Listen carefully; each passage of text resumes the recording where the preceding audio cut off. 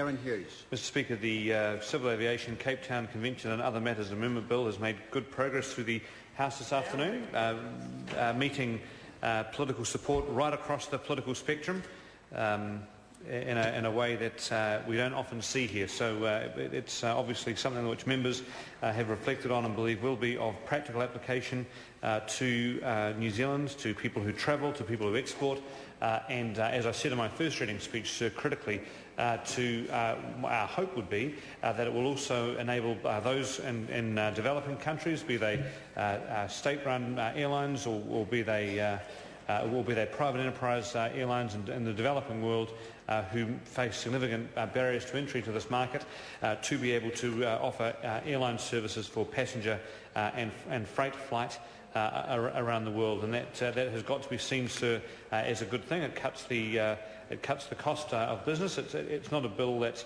I think necessarily doesn't of itself change the quantity of flights that are taken, but it does act as a way of providing security for those who do lease out these very expensive types of equipment, and for those who seek to operate them, to ensure that they are able to offer people all around the world and some of the most impoverished parts of the world access to these sorts of services for their economic and social development. I do acknowledge the points that the Green Party has made with respect to the environment. I think it's a matter of enormous regret now that we hardly ever hear government legislation explained in any context of sustainability.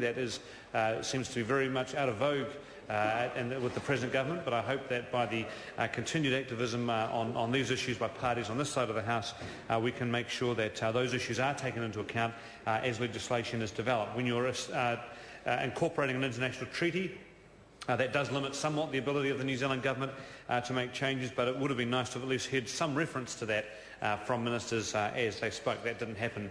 That didn't happen today. It was more of a limited view on, I suspect, the dollars and cents aspect of this, and not looking at the opportunities this might provide for people in some of the poorest parts of the world, sir.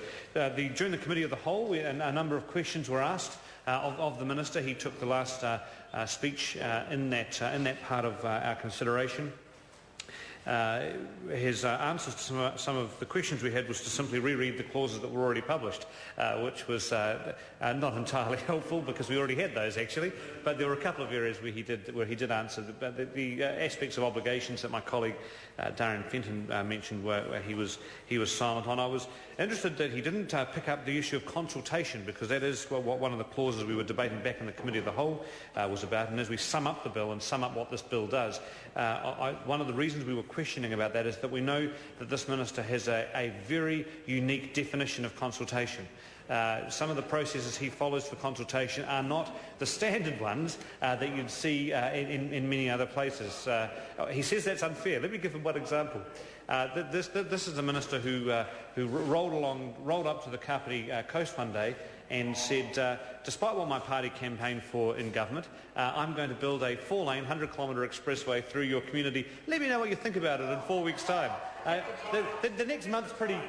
I'm not very busy for the next month, so we'll kick the tyres and let us know what you think about it. I suspect as that plan goes through, there'll be more and more tyres kicked, and some of them will be on the crown car of the minister. My colleague asked me what the optics look like on that. I think the optics get worse and worse on some of these things when you don't consult, which is why this bill, the Civil Aviation Bill, we're pleased is an example of consultation, because the Parliament has come together united on it. His other definition of consultation is if he lived in an area 35 years ago, and if he heard of something as he was growing up there as a teenage boy, therefore he can come back years later and say, well, you all knew about it because I remember this when I was a teenager on roller skates.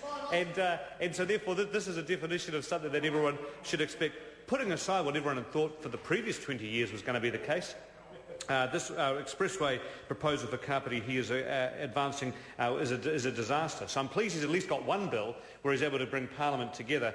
What we wanted in Kapiti was transmission gully, a local Western Link road, improvements to State Highway 1, and a commitment to our rail services to push electrification further north up to Levin and Otaki and Shannon, and the electrification and double tracking that would have ensured quality, reliable, affordable public transport services. So I guess what I'm saying is, as we sum up the bill, there are two ways of operating, and the Minister in this bill, he gets a big tick, 10 out of 10, because we are all going to vote for this, but some of the unusual approaches he's taken to other areas of the transport portfolio I think are worthy of mention at this point. Sir, we have offered our support for the bill. The reasons for them are obvious and manifest, and so I won't take any more time now, other than to say that I hope that the kind of arrangements that should flow from this convention actually do, and I'm sure that the officials who have worked very hard on bringing this, making this an acceptable piece of legislation for a New Zealand context will be monitoring it and be in a position to offer advice as time goes on, if indeed it has had the ability to meet its objectives, particularly the objectives that members have drawn to the attention of the House and the committee today, of the things that we see as being most important to the passage of this bill. So the Labour opposition offers its support for the third reading.